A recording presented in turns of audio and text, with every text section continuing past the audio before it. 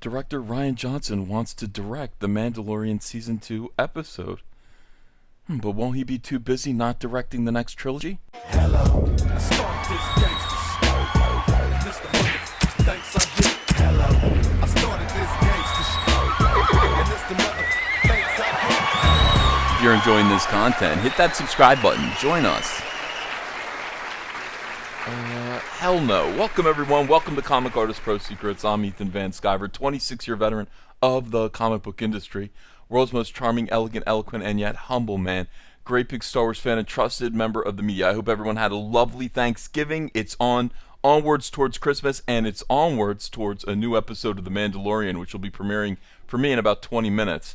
For you, hopefully you've already seen it by the time that you watch this video, and you already know what a precious little gift that we have in The Mandalorian. So far, it could still take a hard left turn. We don't know, but so far so far it is a gift that has been given to us that we must cherish. For it is fragile.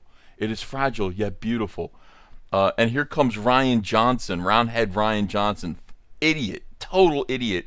To come in and squat all over it, try to take over, try to subvert it, try to just troll and annoy the people who he's already successfully trolled and annoyed, and try to ruin Mandalorian the next season. They're all trying to do this. They didn't see the Mandalorian coming, these SJWs. It's too late to F with it now. SJWs, it's too late to F with the first season. It's already in the can. SJWs just naturally assumed that anything Star Wars was going to be SJW crap. They didn't realize that somebody with integrity like Jon Favreau, somebody who loves Star Wars like Dave Filoni, could come in and make something as glorious as this. And by the way, hire what would be called wokes, women of color, WOC, and those women of color don't even want to be referred to as women of color. They just want to be referred to as good directors. Deborah Chow, salute. And here again, they're going to be out in full force to destroy Mandalorian with season 2. You better believe it. Now, Star Wars Episode 9 is coming up. That's just a distraction at this point. That is not the ball. That we have just considered like the entire Disney trilogy to be wreckage. This is where it's at right here. Disney Plus is where we have to kind of be watching. For the soul of Star Wars, what's left of it. Rian Johnson is having a blast after Knives Out was released this month, but Star Wars fever is at an all-time high with Baby Yoda. Oh yeah, these ladies have Baby Yoda fever, and The Mandalorian. The filmmaker was asked on Cinema Blend podcast having a chance to be behind the camera, about having the chance to be behind the camera in the next season. Like most directors, Johnson would be all for another trip to the galaxy far, far away. Revoke his passport. This guy cannot be allowed to ever do Star Wars again, and I feel like we've contained his disease. I know he's still out there saying he's going to direct another Star Wars trilogy. I would bet you anything Rian Johnson is not going to be allowed to direct any more Star Wars movies. Can he get his grubby little mitts on The Mandalorian? Yeah, I think he probably can. Jon Favreau, if there's any way that you hear the pleas, the cries out in the night of your fans, do not let this idiot near The Mandalorian. Don't let him near it. He will subvert your... No, he won't. He can't subvert our expectations anymore. He's just going to destroy the show. That's what we expect of him. All right, so he has a number of projects lined up, like Knives Out was. It will ultimately come down to the question of what the schedule will allow.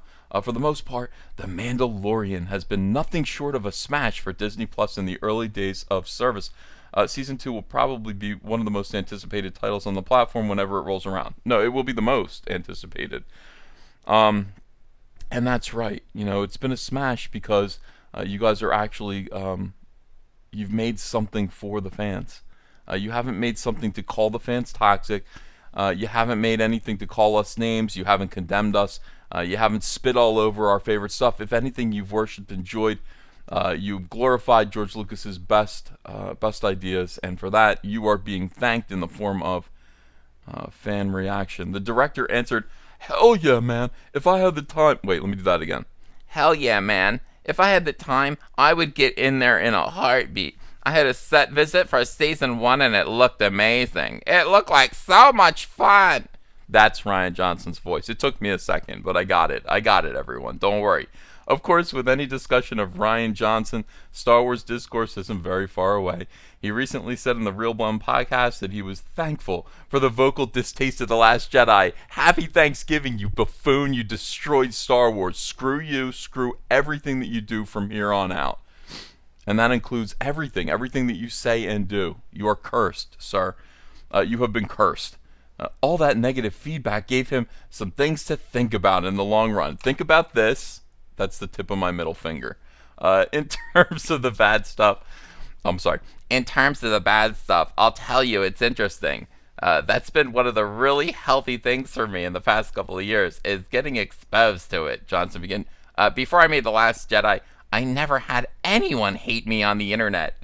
If during the course of a year I got one negative tweet, I would go into a panic. I'd be like, oh my God, someone out there doesn't like me. I need to fix this. Fix this now. Fix this now.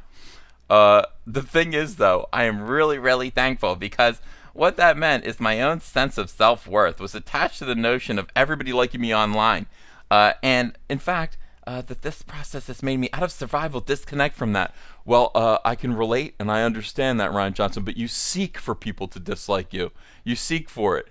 Your attitude about making a film has always been, I hope 50% of the people love it and 50% of the people hate it, and that way I can separate the people that I like, the smart people, from the dumb people. Very good, Ryan. You brought that over to Star Wars. Star Wars, which has enjoyed universal love for so very, very long. The worst thing that we had to encounter was Jar Jar Binks and whether or not Han Solo shot first. Those were the biggest arguments in Star Wars fandom, and then you came along, you idiot, with your divisive attitude. And we see where that meant. But I'm glad you're thankful for the spite that you've received in return for the trolling and spite that you've offered. That's just the way it goes. Johnson would also add that the experience fundamentally changed how he interacts with negativity on social media. In fact, it made those interactions better. I'm so glad. I'm so glad that Ryan has developed a better way to tell us to F ourselves and block us.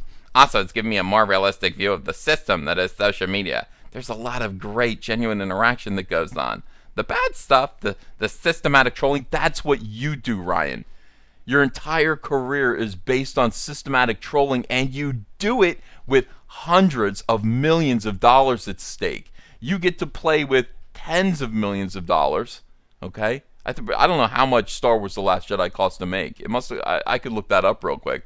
But you get to use millions and millions and millions of dollars, enough to fund and feed a third world nation, and you use that much money to give Star Wars fans the finger, and then what do you expect? You expect the warm embrace? You expect Star Wars fans to to giggle with you? They hate you. Of course they do. All right, so the systematic trolling, the almost gamified abuse that some people devote their entire online presence to. Honestly, once you've seen through all of it, you see a pattern of it. It sort of gets boring after a while. It doesn't even give me that little negative ping anymore. And I don't think that it's even my skin growing tough. It's just put it into perspective. Ryan, just make good movies and be kind to fans. That's all you need to do. You don't need to do anything else. You just need to make good stuff.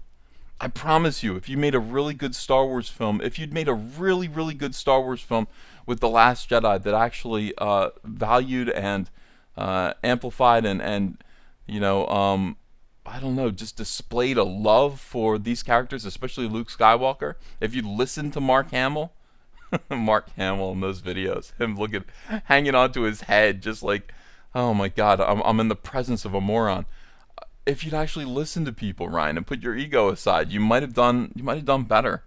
All right, so Ryan is reacting to the fandom menace. Ultimately, there's going to be some degree of people where this is their hobby, basically. So overall, I found it made me adjust to social media where I'm seeing it and using it in a healthier way. Okay, well, I don't really care. Just please stay away from The Mandalorian.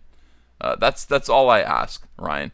I'm glad that you're feeling good. I'm glad the therapy is taking, but please stay away from The Mandalorian. And by the way, Jon Favreau, if you're still running The Mandalorian next season, which I hope that you are, I don't know, but I hope that you are, Keep this idiot, keep this fool, keep this whack job, keep this social misfit with several screws loose away from our show. Keep him away from Baby Yoda. That goes without saying.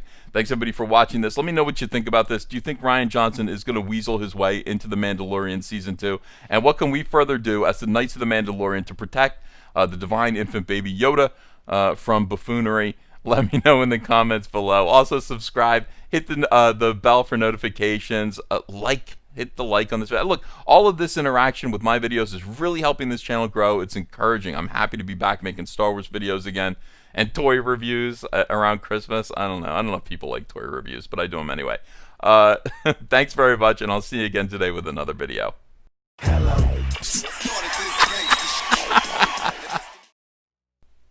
Hey, I got a P.O. box. Want to send me some mail?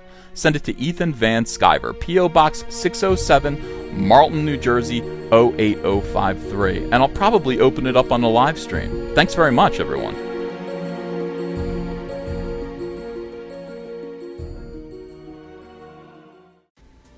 Hey, you want to follow me on Twitter? Are you sure? Well, if so, I'm at Ethan Van Sciver. That's at Ethan Van Sciver. See you there.